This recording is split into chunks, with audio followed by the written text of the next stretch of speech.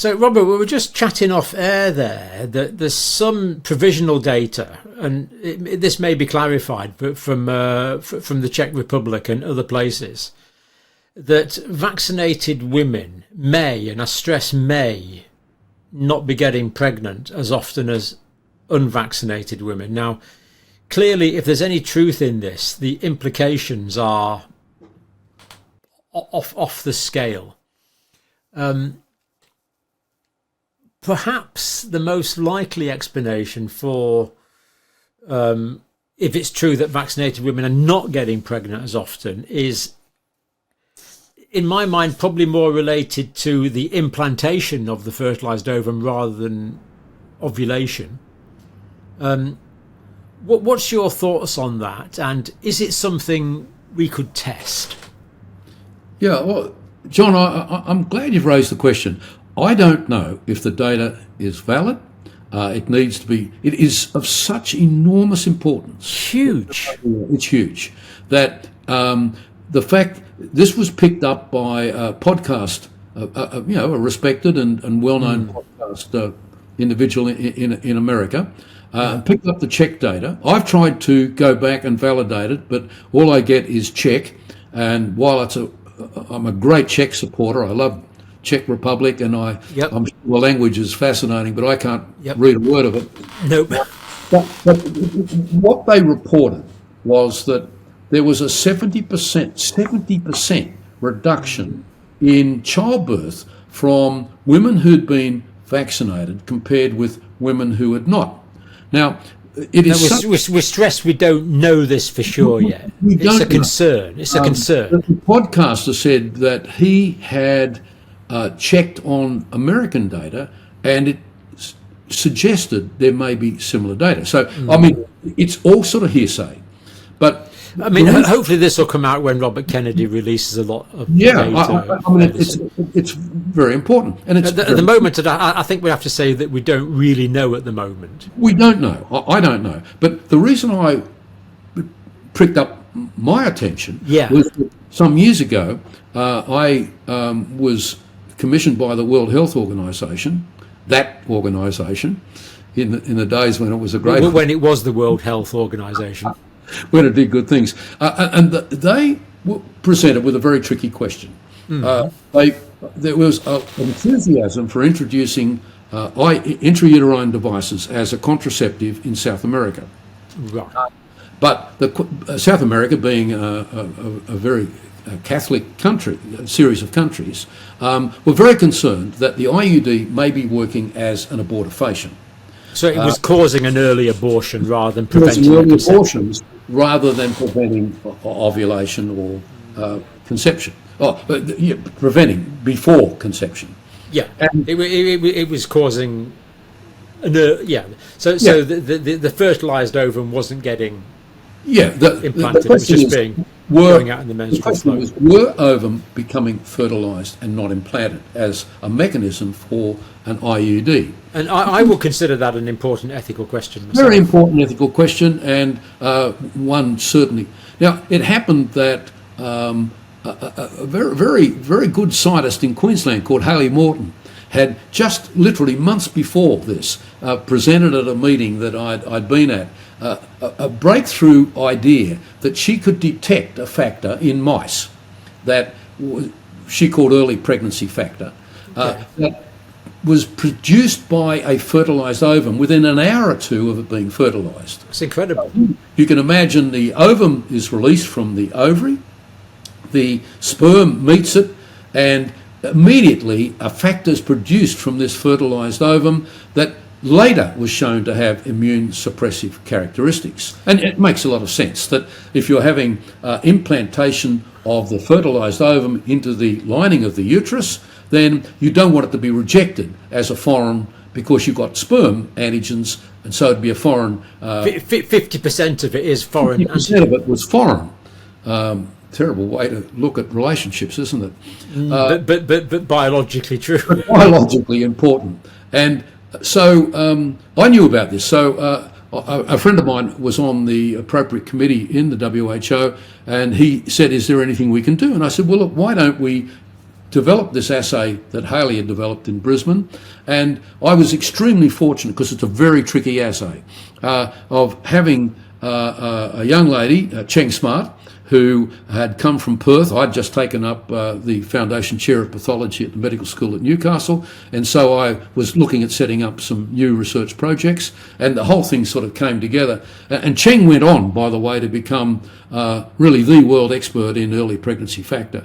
But fortunately for me, she started as a PhD student funded by the WHO.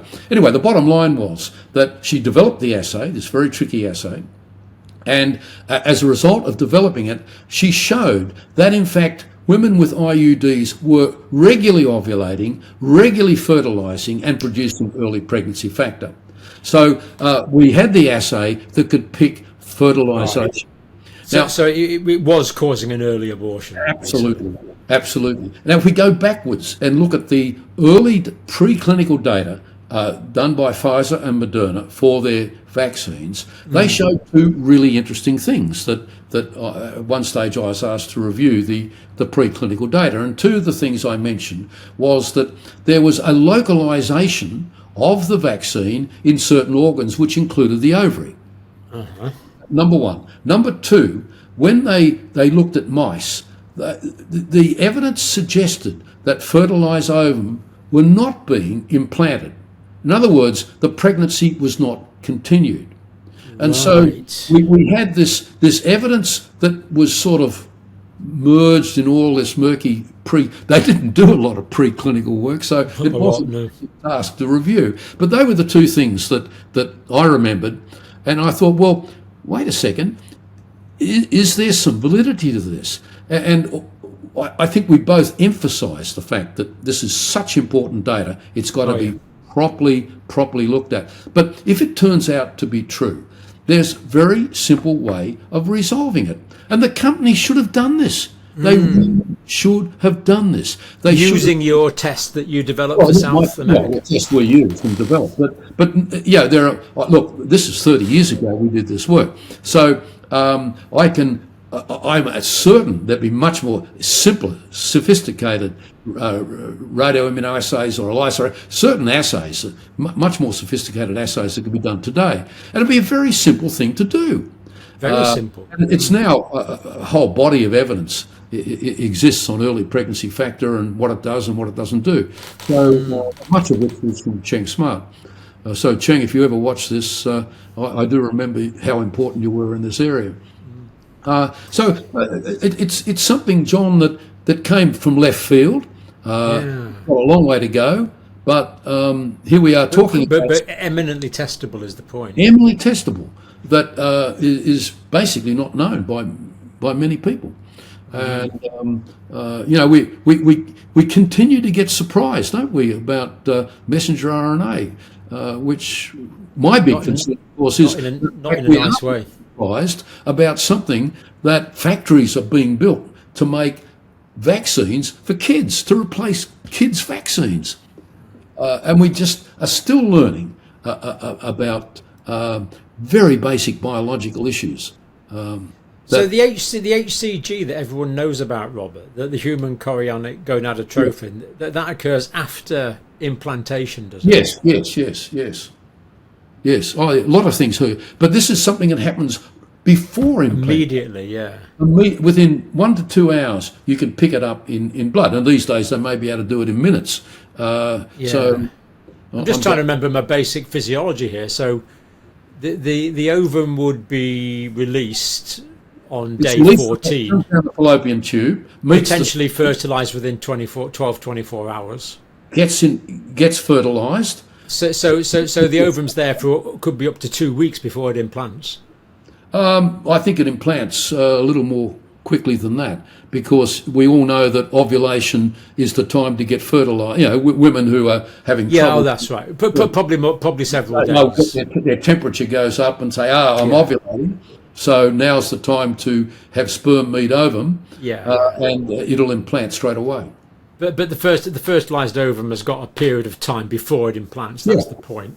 Yeah, a lot of the work Cheng went on and did initially with in my group, and then she went on and ran her own group. We were showing that women were regularly fertilising ovum. Women who were saying, I'm not getting pregnant, were actually regularly fertilising ovum, but not implanting and progressing onto pregnancy. So the assay allowed Cheng to ask a lot of really important biological questions about pregnancy, early pregnancy. Yeah, really disturbing issue there, Robert, but one that is testable. So, well, yeah, I mean, the issues come up about immunisation in pregnancy and all these various things, but they haven't looked at this very important issue. And they should have, because this. And again, I haven't looked at this for 4 years, but my memory was that the way the data was presented, you had to know about the area to realise that they weren't being totally clear about the fact that implanted ovum may not be being properly implanted in mice. Yeah. Well, let's hope that this suspicion is completely erroneous, but the question now is... I have concerns. Oh, so do I. And I think the last thing in the world we want is anybody to think that this is validated data. But the question's been asked, the data now has to be properly looked at. Yeah, absolutely. Well, let's hope we're proved wrong on that pretty quickly. But at the moment, it is a concern. So I think it's right to air that concern. Yeah. Great. As always, Robert. Thank you so much. Pleasure.